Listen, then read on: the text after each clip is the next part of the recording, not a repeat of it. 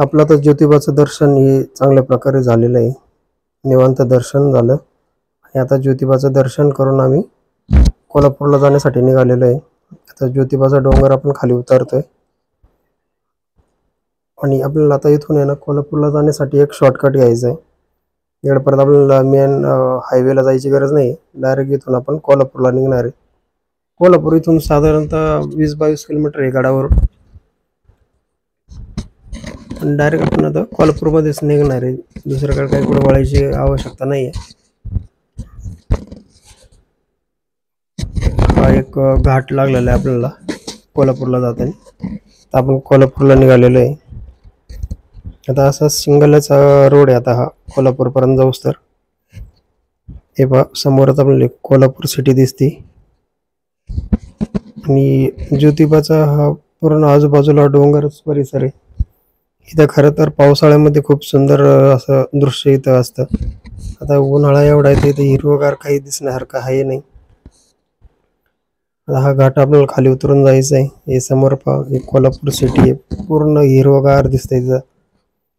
कोल्हापूरमध्ये पंचगंगा नदी असल्यामुळं पाण्याची कमतरता नाही. पाणी भरपूर आहे. त्यामुळं सर्व दूर आपल्याला हिरवगार झाडी शेती पाहायला भेटते. कोल्हापूरमध्ये आल्यावर एकदम भारी वाटते. असं काहीतरी वेगळं पाहायला भेटतं.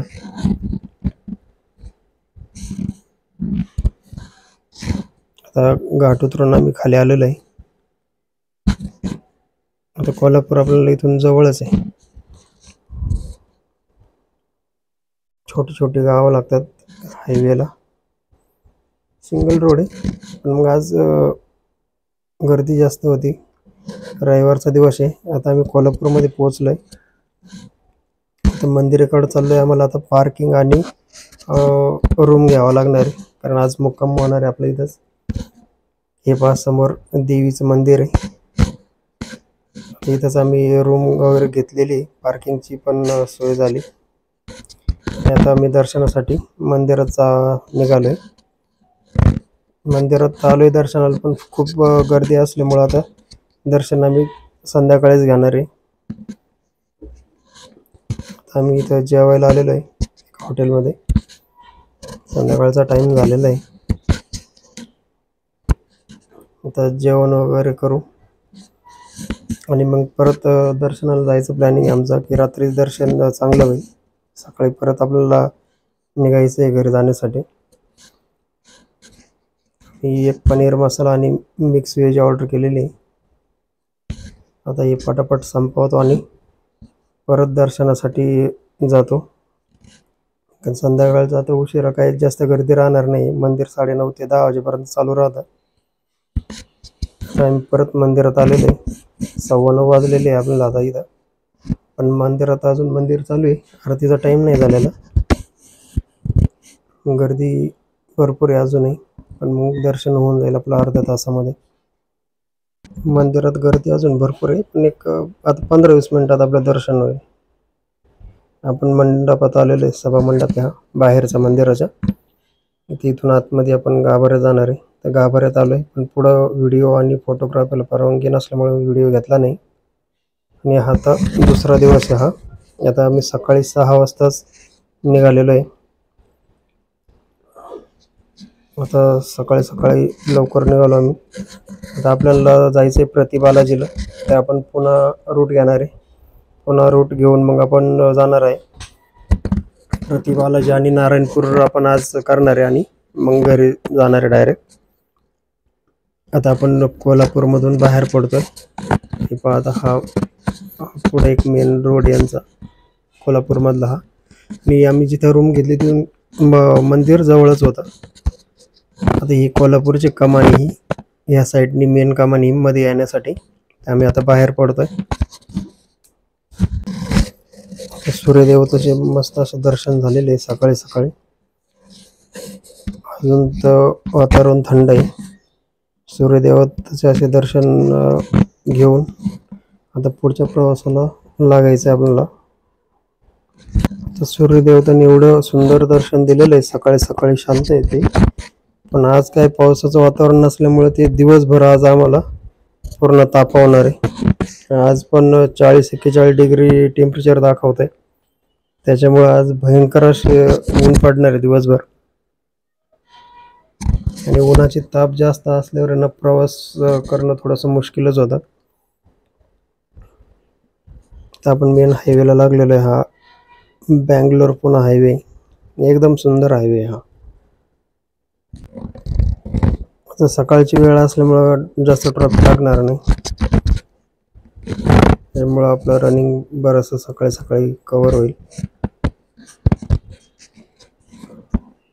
या साईडला पण थोडं थोडं काही काही ठिकाणी काम चालू आहे. पण मग सकाळी सकाळी काही जास्त ट्रॅफिक नसल्यामुळं आपलं रनिंग सकाळी चांगलं होऊन जाईल. रोड एकदम मस्त रोड आहे. हे पहा, हायवे म्हणजे एकच नंबर हायवे. म्हणजे स्पीड लिमिट आहे कारसाठी. 80चं स्पीड लिमिट आहे. मग जास्त तर काय आपण चालणार नाही. 80-90 एवढं स्पीड तर माझं कंटिन्यूच राहतं. त्याच्यामुळं काय होतं, जास्त थकल्यासारखं होत नाही. निवांत ट्रिप पण आपली होती. काय होतं, जास्त स्पीड ठेवलं का मग फक्त गाडीवरच लक्ष ठेवावं लागतं, रोडवर आणि गाडीवर. त्याच्यामुळं काय स्पीड आपलं नेहमी आपल्या हिशोबातच ठेवायचा. 80-90 या स्पीडमध्ये जर गाडी चालवली तर जास्त थकवा येत नाही आणि निवांत चालतो आपण. आता कुठंतरी पेट्रोल पंप पाहून आहे ना, पहिलं डिझेल टाकावं लागेल. डिझेल आता फक्त आपली 100 किलोमीटर रेंज दाखवते गाडीमध्ये. मला आता पहिल्यांदा डिझेल टाकून घ्यावं लागेल. तिथे समोर पंप आहे, पेट्रोल पंप आहे. तर इथं आपण आता डिझेल टाकून घेतलेलं आहे गाडीमध्ये. आता काही टेन्शन नाही. आता काही कुठं थांबायचं काम नाही राहणार. पण काय होतं, डिझेल कमी झालं की मग सारखं लक्ष ठेवावं लागतं. त्यापेक्षा एकदा टाकून घेतलं ना, ताण नाही राहत.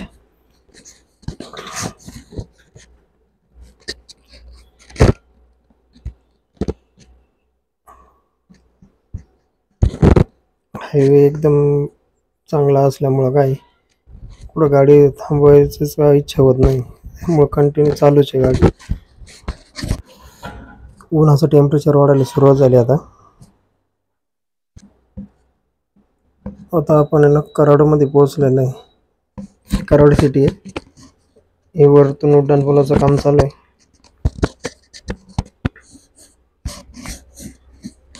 काय सकाळी सकाळी एवढं ट्रॅफिक नाही, रोड मोकळाच आहे.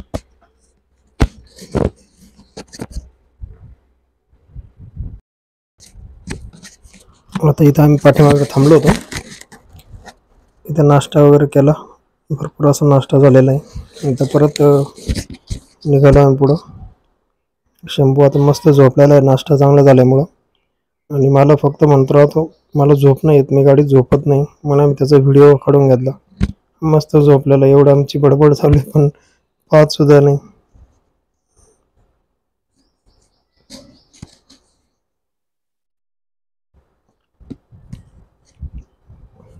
समोर डोंगर आहे, पुढे एक आपल्याला बोगदा लागणार आहे. खंबाटकी बोगदा म्हणून एक बोगदा आहे.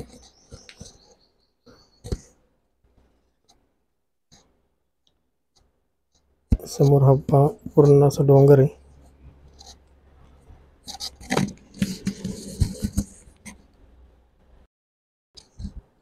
रोडच्या साईडने पूर्ण अशी झाडी लावलेली आहे आणि ही सर्व झाडी अशी हिरवीगार आहे. हायवे पहा, समोर पहा तुम्ही, एकदम सरळ सरळ हायवे. एवढं भारी दिसतंय ना, एकदम सरळ सरळ आहे. ज्यांना गाडी चालवण्याची आवड आहे त्यांच्यासाठी हा हायवे एक नंबर. इथं गाडी चालवायला एवढं भारी वाटतंय ना. पण मला तर गाडीचं खूप आवड आहे, त्याच्यामुळं ह्या रोडला गाडी चालवून खूपच मला असं भारी वाटतंय. एकदम सरळ सरळ रोड, कुठं वळायचं नाही, काय नाही काय नाही. आणि हायवे खूप मोठा असल्यामुळं मागच्या पुढच्या गाड्या ऑटोमॅटिक साईडने निघून जाते. आपण फक्त आपली लेन धरून चालायचं आहे.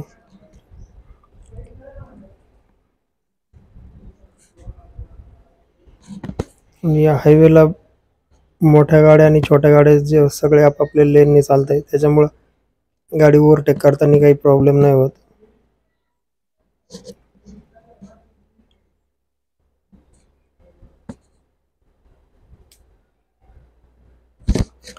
हा समोर खंबटकी बोगदा आहे हा.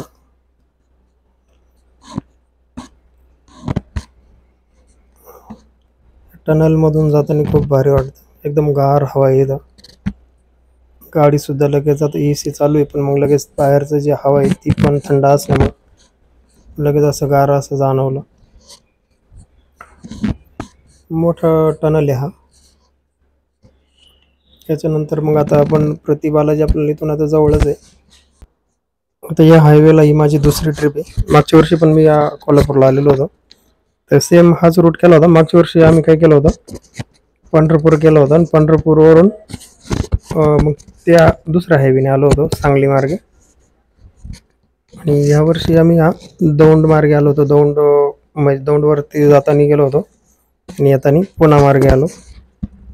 आणि मागच्या वर्षी पण आम्ही पुणा मार्गेच आलो होतो, कारण प्रति बालाजी आणि दत्तगुरूंचे दर्शन होतं आपलं, त्याच्यामुळे मग हा हायवे घेतला. या हायवेने आल्यामुळे मग आपले 2 देवदर्शन होऊन जातात, नारायणपूर आणि प्रति बालाजी.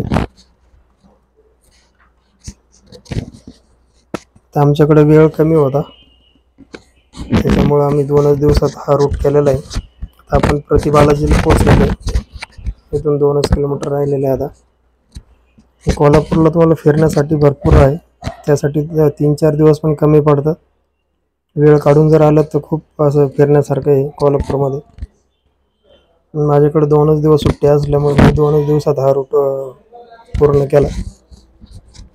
आम्ही काल आलो होतो आणि आज काल कोल्हापूरला मुक्काम करून आज परत घरी रिटर्न निघालेलो आहे.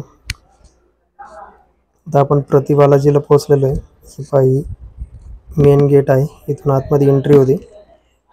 मी ज्यावेळेस पुण्यात राहत होतो त्यावेळेस महिन्यातून 1-2 राऊंड व्हायचे आमच्या इकडं. सुट्टी असली की आम्ही प्रति बालाजीला यायचोच. आता जास्त वेळ भेटत नाही, त्याच्यामुळं जेव्हा वेळ भेटतो तेव्हा मग आता त्या ट्रिपमध्ये दर्शन करून जातो. पूर्वी इथं जास्त दुकानं वगैरे नव्हते, पण आता त्यांनी परवानगी दिली दुकानांना. हे पार्किंग असं मोठं पार्किंग केलं. पहिलं मंदिराच्या जवळ पार्किंग होतं, आता मंदिराच्या थोडंसं बाजूला केलेलं आहे पार्किंग. आणि गर्दी खूप जास्त वाढली, पूर्वी एवढी गर्दी होत नव्हती. आता दुपारचा टायमिंग आहे, एवढं ऊन आहे पण गर्दी एकदम फुल गर्दी. हे पाहिजे समोर बालाजीचं मंदिर आहे, डोंगराचे एकदम मधोमध हे मंदिर आहे. खूप सुंदर मंदिर आहे. स्वच्छता एवढी व्यवस्थित केली जाते इथं, एक कचरा सुद्धा खाली पडून देत नाही. आम्ही आता दर्शन करून आलेलो आहे, कारण मंदिरामध्ये व्हिडिओ फोटोग्राफी अलाउड नाही आहे. हे पाहिजे सगळे असे दुकानं वगैरे आहेत. पाळणी ही वर्षभर ही पाळणी इथं राहतात. हे पहा समोर सर्व दुकान आहे. पहिले तर कुठल्याही प्रकारच्या दुकानावर काहीच नव्हतं. आता आम्ही दर्शन करून निघालोय. आता आम्ही सासवड हडपसर या मार्गे लोणी काळभोर आणि वाघोलीला निघणार आहे. म्हणजे केसनन आणि लोणीकन असं निघणार आहे. आणि पहा सर्व इथं दुकान आहेत, छोटे छोटे दुकान आहे खेळण्यांची, प्रसादाचे. आता दर्शन करून आपण बाहेर निघलेलो आहे. आता नारायणपूरला आपण जाणार आहे. दत्त महाराजांचं दर्शन करायचं आणि डायरेक्ट मग घरी जायचं. मग काही कुठं थांबणार नाही आपण.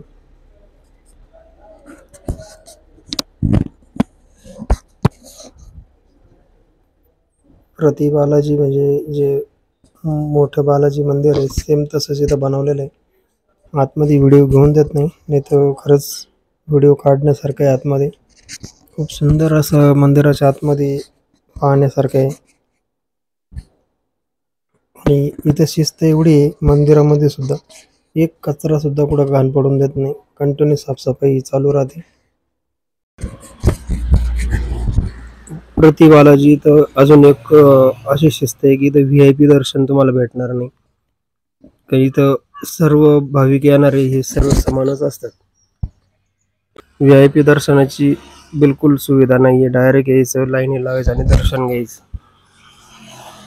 त्याच्यामुळे मला इथं ही जी सिस्टीम आहे ही फार आवडते. बऱ्याचशा ठिकाणी आपण बाहेर बाहेर आपण बऱ्याचशा ठिकाणी दर्शनाला जात राहतो, तर आपण पाहतो तिथं VIP दर्शनाची सुविधा राहते. काही भाविक हे 2-2, 3-3 तास लाईनीमध्ये थांबतात आणि VIP दर्शनावाले मध्येच येऊन दर्शनाच्या लाईनमध्ये घुसून जातात. तशी सिस्टीम इथं नाही आहे. इथं सर्व भाविकांना एक समान दर्शनासाठी लाईन आहे. दर्शन लवकर होतं व्यवस्थित. आता आपण या घाटात आलेलो आहे. नारायणपूरचा घाट आहे हा घाट वर चढून गेलं की लगेच नारायणपूर येतं, म्हणजे दत्तगुरूंचं मंदिर आहे तिथं. घाट मस्त आहे, एकदम झाडी झुडपं साईडने.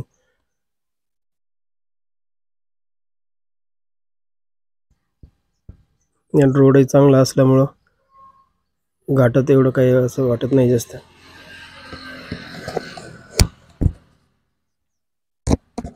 खूप मोठा घाट आहे हा.